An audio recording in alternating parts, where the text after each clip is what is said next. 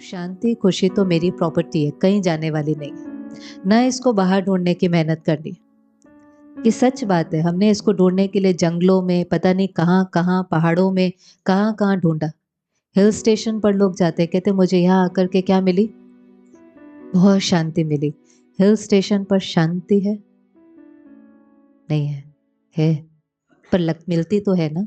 आप बॉम्बे से निकल करके जाओ, थोड़ा सा लोनावाला जाओ, कहीं जाओ, लगता है अच्छा कि नहीं लगता, शांति मिलती है कि नहीं मिलती? तो होगी ना शायद वहां पर शांति, है कि नहीं है? और अगर वहां पर शांति है तो हिल स्टेशन पर रहने वाले सब कैसे होने चाहिए? पर ऐसा तो दिखाई नहीं देता है। वहां जाकर के भी कभी आपका झगड़ा हो जाता है कि नहीं हो जाता? और अगर वहीं रहने लग जाए तो क्या होगा? सारे संस्कार मुंबई से भाग करके वहां पहुंच जाएंगे। एक्चुअली जब हम किसी ऐसी जगह पर जाते हैं जहां पर एनवायरनमेंट में सब कुछ स्लो है, थोड़ी सी स्टिलनेस है, सब स्लो होता है ना। यहाँ से निकल कर आप वहाँ गए, लाइफ स्लो है, ट्रैफिक कम है, आपके ऊपर रिस्पॉन्सिबिलिटीज नहीं है, सब स्लो स्लो स्लो है। तो वो चीज हमें भी धीरे धीरे क्या करने लगती है, अंदर में स्लो करने लगती है। वो एक आधार बन जाता है, एक स्टिमुलस बन जाता है कि थोड़े समय के लिए वो हमारे थॉट प्रोसेस को चेंज भी कर देता है और थोड़ा सा स्लो भी कर देता है। लेकिन है तो आधार ना, वहां रह तो नहीं सकते ना। 3-4 दिन के बाद वो ब्रेक लेने में कुछ गलत नहीं है, भले ब्रेक ले, भले वेकेशन पर जाए, लेकिन उसके बाद तो कहाँ आना है? वापस घर आना है और वापस यहीं पर ही ट्रैवल करना है। तो जरूरी है कि हमें रोज की जिंदगी में शांत रहना सीखना पड़ेगा। 3-4 दिन के लिए कहीं हिमालय पर जाकर के और कैलाश पर्वत पर जाकर के तो कोई भी शांत रह सकता है, उसमें कोई प्रॉब्लम ही नहीं है, क्योंकि कोई स्टिमुलेंट ही नहीं है जो हमें ऊपर नीचे करे। कोई ट्रैफिक नहीं है, कोई क्लाइमेट की प्रॉब्लम नहीं है, कोई कुछ बोलने वाला नहीं है, कोई डांटने वाला नहीं है, कोई एक्सपेक्ट करने वाला नहीं है, कोई रिजेक्ट करने वाला नहीं है, कोई इंसल्ट करने वाला नहीं है। तो फिर तो ऑटोमेटिकली हम क्या हो जाएंगे, शांत हो जाएंगे। लेकिन जब ये सब कुछ होता है दिन भर में और उसके बाद भी अगर हम शांत रह सकते हैं तो कहेंगे बड़ी बात है। और हम में से कोई भी छोड़ करके जा सकता है सब कुछ? कौन है, जरा हाथ खड़ा करना जो कि मैं सब कुछ छोड़ करके जा सकता हूँ? कोई नहीं है, जरूरत भी नहीं है, जरूरत भी नहीं है। जितना जल्दी हम स्पिरिचुअली स्ट्रोंग इस सबके बीच में बनते हैं ना, अकेले कभी नहीं बन सकते हैं, कभी नहीं बन सकते हैं। जितना जल्दी आप वर्क प्लेस और घर में आपकी पावर्स बढ़ने लगेंगे ना, सहन करने की, समाने की, आप अकेले रह करके देखो आपकी पावर्स कभी भी नहीं बढ़ेंगी। कांटेक्ट में आना बहुत जरूरी है। जो बच्चे आजकल लोगों के कांटेक्ट में नहीं आते ना, सारा दिन फोन पर और टेक्नोलॉजी पर रहते हैं, वो बहुत ज्यादा मन से कमजोर होते जा रहे हैं। क्योंकि जब हम लोगों से इंटरेक्ट करते हैं ना, इसलिए जो नया टर्म निकला है सोशल एंजाइटी। सोशल एंजाइटी क्या है? टेक्नोलॉजी तो आपको कुछ बोलने वाली नहीं है, आपके अनुसार चलती है। आप जैसे चल, पॉज तो पॉज, प्ले तो प्ले, व्यक्ति को बोलो पॉज, बोलो पॉज, होगा वो पॉज। तो सबको टेक्नोलॉजी क्यों अच्छी लगती है? पॉज बोलो पॉज, प्ले बोलो प्ले, फास्ट, जो हमारे अनुसार चल रहा है हम उसको कंट्रोल कर सकते हैं, अच्छा लगता है। मनुष्य से ज्यादा कई बार लोगों को जानवरों के साथ रहना अच्छा लगता है, पेट्स के साथ। है ऐसा कि कहते स्ट्रेस बस्टर है, क्यों? बोलते नहीं है ना कुछ, प्यार देते हैं आपको, आप उदास होंगे तो भी आपको प्यार करेंगे। लेकिन जब हम ह्यूमन इंटरेक्शन में आते हैं तो सब कैसे हैं, अलग अलग, वो अलग अलग हैं। तो उन अलग अलग के साथ एडजस्ट करके रहने में पावर चाहिए। कहीं पर आपको चुप रहना पड़ेगा, कहीं पर थोड़ा सा समाना पड़ेगा, कहीं पर थोड़ा लेट गो करना पड़ेगा, कहीं पर थोड़ा डिसीजन, बहुत जल्दी ग्रो हो जाते हैं। इससे जब पहले जॉइंट फैमिली में लोग रहा करते थे, था ना एक समय जॉइंट फैमिली में, तो जॉइंट फैमिली में जो लोग रहते थे वो बहुत इमोशनली स्ट्रांग होते थे, क्योंकि इतने सारे लोगों के साथ रहने के लिए तो बहुत ताकत चाहिए। अच्छा, जिनके अंदर ताकत नहीं थी तो उन्होंने अपनी ताकत बढ़ाने की जगह क्या सोचा, हम जॉइंट फैमिली में नहीं रह सकते, हमें कैसे रहना है, अलग रहना है। तो अलग रहना शुरू कर दिया। अब घर में फिर कितने जने रहने लगे, 3 जने, 4 जने, 5 जने, उसमें भी क्या होने लगा, ताकत तो और कम होने लगी। तो वो 3 और 4 जनों के भी संस्कार जो हैं वो अलग-अलग हैं। तो हमने कहा हम अपनी ताकत नहीं बढ़ा रहे हैं, हम अपने मन को शक्तिशाली नहीं बना रहे हैं। तो वो 2-3 ने भी क्या कहा, मैं तो इनके साथ एडजस्ट नहीं कर सकता। तो उन 2-3 ने भी क्या सोचा, अलग हो जाते हैं।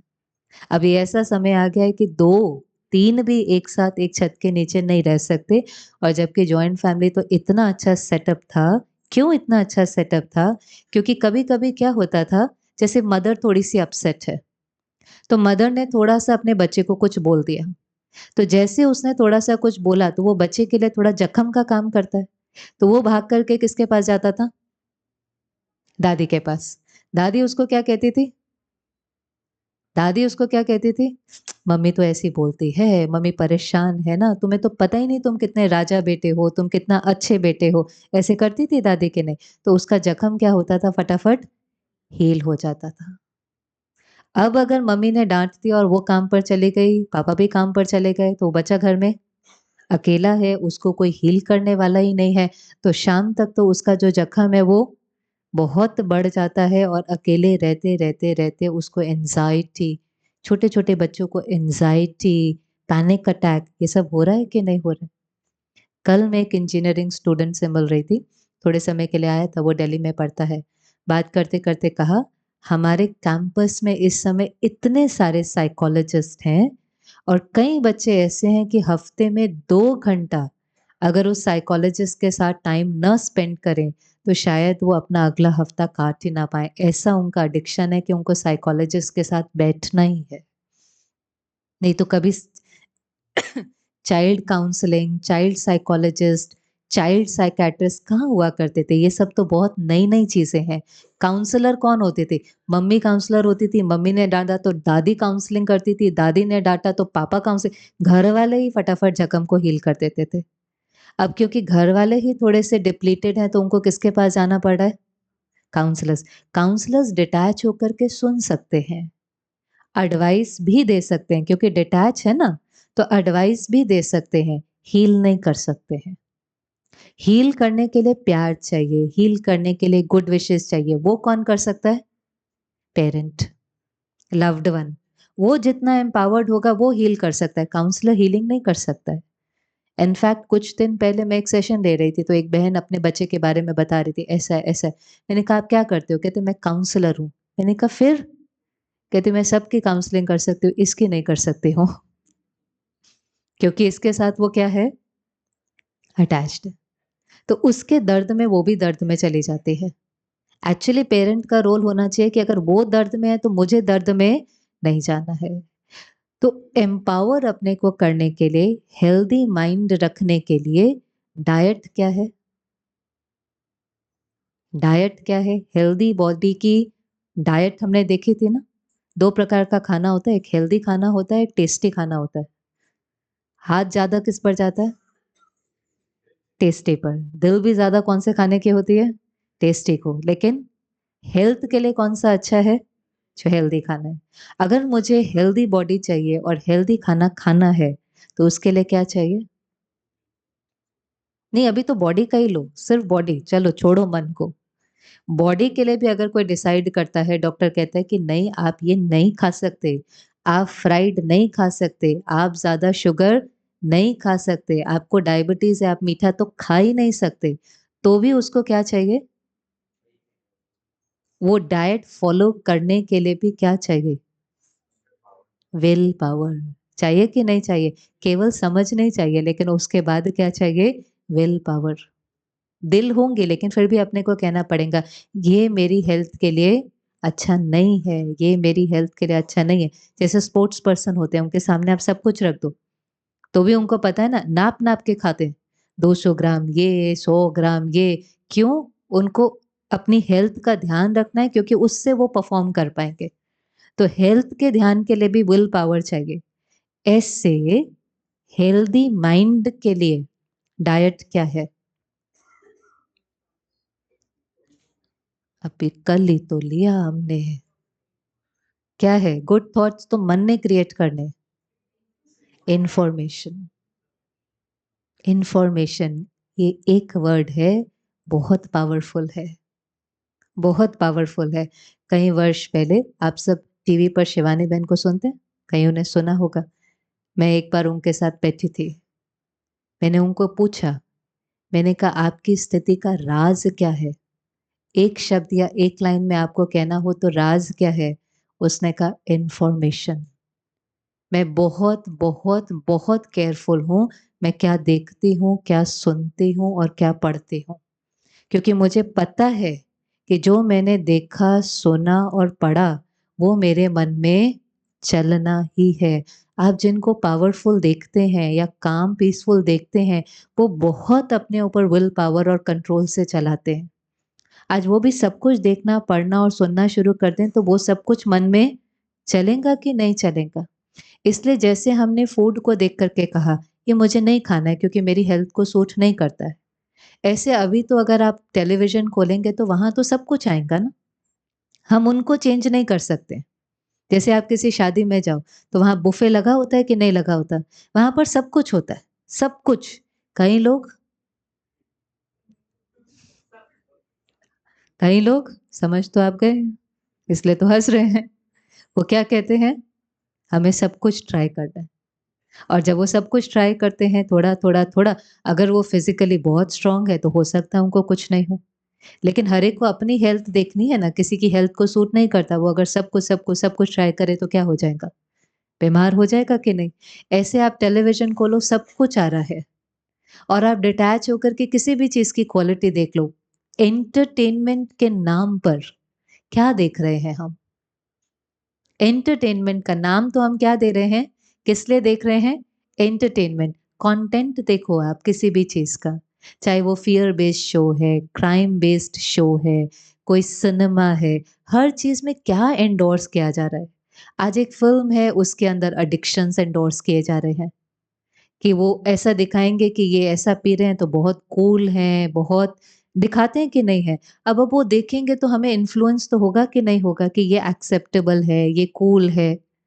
रिवेंज एंडोर्स की जा रही है कि जो फ़िल्म का हीरो है अगर गलत किसी ने किया है, तो वो उसका मर्डर भी कर सकता है और लोग तालियाँ बजा रहे हैं। तो हम किस चीज़ को एंडोर्स कर रहे हैं?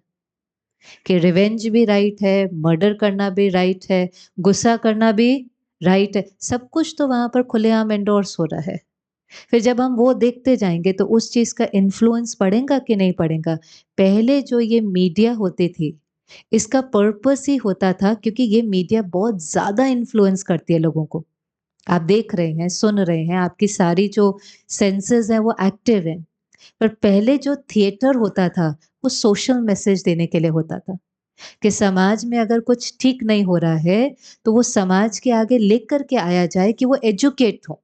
चाहे वो कोई डाउरी का केस है, चाहे वो कोई सती प्रथा है, ऐसे तो थिएटर शुरू हुआ था ना। लेकिन करते-करते जो बनाने वाले हैं वो भी इतने प्योर नहीं है, इतनी उनकी इंटेलेक्ट भी नहीं है, तो कुछ भी बन रहा है। ठीक है, कुछ भी बन रहा है, जैसे बुफे में कुछ भी रखा हुआ है, हम उनको नहीं चेंज कर सकते। एक बारी हम एक मीडिया वाले के साथ बैठे थे, उसको बोला, "आपके पास तो इतनी पावर है कि मॉर्निंग का जो फ्रंट का पेपर है या जो फ्रंट मॉर्निंग की न्यूज़ है, अगर उसमें सब अच्छा-अच्छा आप दें, तो नेचुरली लाखों करोड़ों लोग उसको देखते हैं, तो उनका थॉट प्रोसेस अपने आप ही चेंज हो जाएगा। तो पता है उन्होंने क्या बोला? क्या बोला होगा? उन्होंने कहा सिस्टर हम सोशल सेवा के लिए नहीं बैठे हैं, हम प्रॉफिट कमाने के लिए बैठे हैं। और प्रॉफिट कैसे कमाया जाता है? जो डिमांड होती है हम वो सप्लाई करते हैं। डिमांड बदल जाएँगी, सप्लाई बदल जाएँगी। हम सब अच्छा-अच्छा लिखते हैं, लोग पेपर पलटते हैं, कहते हैं आज तो कुछ आया ही नहीं। फ्रंट पर कुछ ऐसी-सी न्यूज़ होती है मसाले वाली, तो जो कभी नहीं खरीदता है ना, वो भी ट्रैफिक सिग्नल से न्यूज़पेपर खरीद लेता है। हम क्या करें, जैसे डिमांड है वैसा सप्लाई। अब हम वेट कर रहे हैं कि वो चेंज हो, वो वेट कर रहे हैं कि डिमांड चेंज हो। इसलिए वो वेट नहीं कर सकते, चूज़ करना है मुझे क्या पढ़ना है। जैसा कंटेंट होगा, कंटेंट समझते हैं ना जो हम पढ़ेंगे, जैसा कंटेंट होगा, वैसा यहाँ क्रिएट होगा, वैसा हमारा कैरेक्टर बनता चला जाएगा। जैसे-जैसे चित्र आप देखते जाएँगे, वैसा-वैसा चरित्र हमारा बनता चला जाएगा।